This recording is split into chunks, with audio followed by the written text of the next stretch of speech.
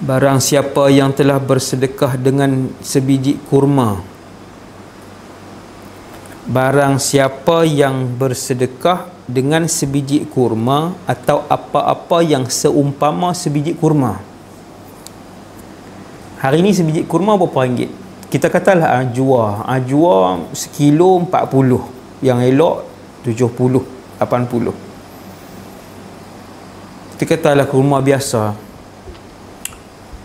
sekilo 20 ringgit, sebiji jatuh dalam 30 sen. Mudah faham, sebiji 3 kupang. Sesiapa yang bersedekah dengan sebiji kurma ataupun sesuatu yang sama macam sebiji kurma, zaman hari ni nak mudah faham, sebiji kuih. Di Kedah ni 4 biji masih RM1 ataupun 3 biji RM1, no? Di tempat lain wallahu alam lah, sebiji kuih ataupun sebiji buah kurma.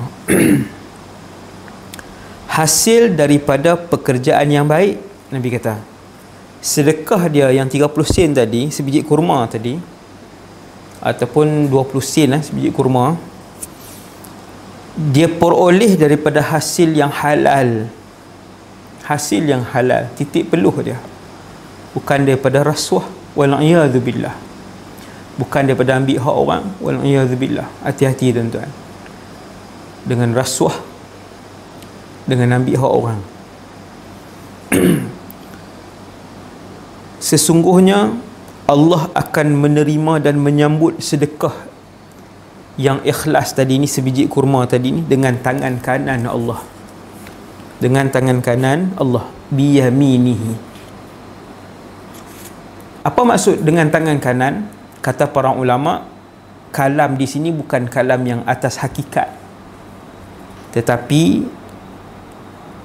perkataan tangan kanan Allah ini simbolik kepada bahawa Allah menerima sedekah itu, walaupun ia hanya sekadar sebiji buah kurma ataupun yang seumpama harga itu, tetapi dia datang daripada rezeki yang halal, sumber yang halal, Allah terima dengan tangan kanan. Apa maksud terima dengan tangan kanan? Simbolik kepada Allah terima, Allah menerima perbuatan sedekah itu. Bukan bermaksud Allah mempunyai tangan kanan. Nanti dia akan terbayang tangan kanan, tangan kiri, betis, kan? Jadi perkataan biyaminihi itu bukan perkataan yang hakikat, ia adalah perkataan yang majaz, simbolik. Bahawa apa maksud tangan kanan? Allah menerima dengan tangan kanan, maksudnya Allah terima, Allah luluskan, Allah menerima ibadah tersebut. Tak habis lagi hadis ni. Kemudian Allah terima walaupun benda tu murah ya. Nah, jadi kita tuan-tuan, kita kalau kita orang susah, tuan-tuan jangan susah hati kalau kita susah, jangan susah hati. Jangan rasa susah hati kalau kita miskin. Kita rasa tak ada apa Ustaz boleh bagi, jangan. Ni tengok ni, sebiji kurma. Tuan-tuan ada 15 biji kurma di rumah tuan-tuan, tuan-tuan ambil 3 biji, tuan-tuan cari orang yang miskin, yang susah, tuan-tuan bagi kat dia 3 biji. Yang lebih susah daripada tuan-tuan, yang lebih miskin daripada tuan-tuan. Jangan susah hati, orang miskin jangan susah hati. Sebab apa? Sebab walaupun benda yang kita sedekah itu seteguk air kosong ataupun sebiji buah kurma, ia tetap bernilai di sisi Allah, Allah terima. Bahkan disebut dalam hadis ni, semua dengar, kemudian Allah akan menjaga sedekah itu bagi pihak orang yang bersedekah tadi, seperti mana kamu memelihara anak kuda yang baru berhenti menyusu, sehinggalah sedekah kamu itu menjadi seperti sebuah gunung. Rupanya inilah pelaburan akhirat. Tuan-tuan yang bersedekah, pastikan ikhlas kerana Allah. Berlumba-lumbalah untuk sedekah itu tidak diketahui oleh mana-mana orang. Ni saya pesan. Jangan jadi macam hari ni punya keadaan, sedekah sampai puluh-puluh juta orang tahu apa yang dia buat.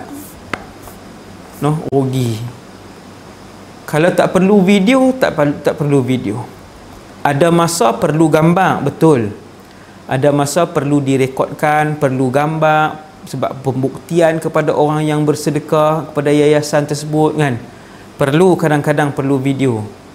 Tapi kalau tiap-tiap pergerakan kita buat baik, kita nak rakam, tiap-tiap pergerakan kebaikan kita nak rakam, itu bukan sifat salafus salih. Saya ulang sekali lagi, orang-orang salafus salih 100 tahun pertama selepas Nabi wafat, 200 tahun pertama, 300 tahun, mereka menyembunyikan kebaikan yang mereka buat, seperti mana orang hari ini menyembunyikan aib dan maksiat yang mereka lakukan.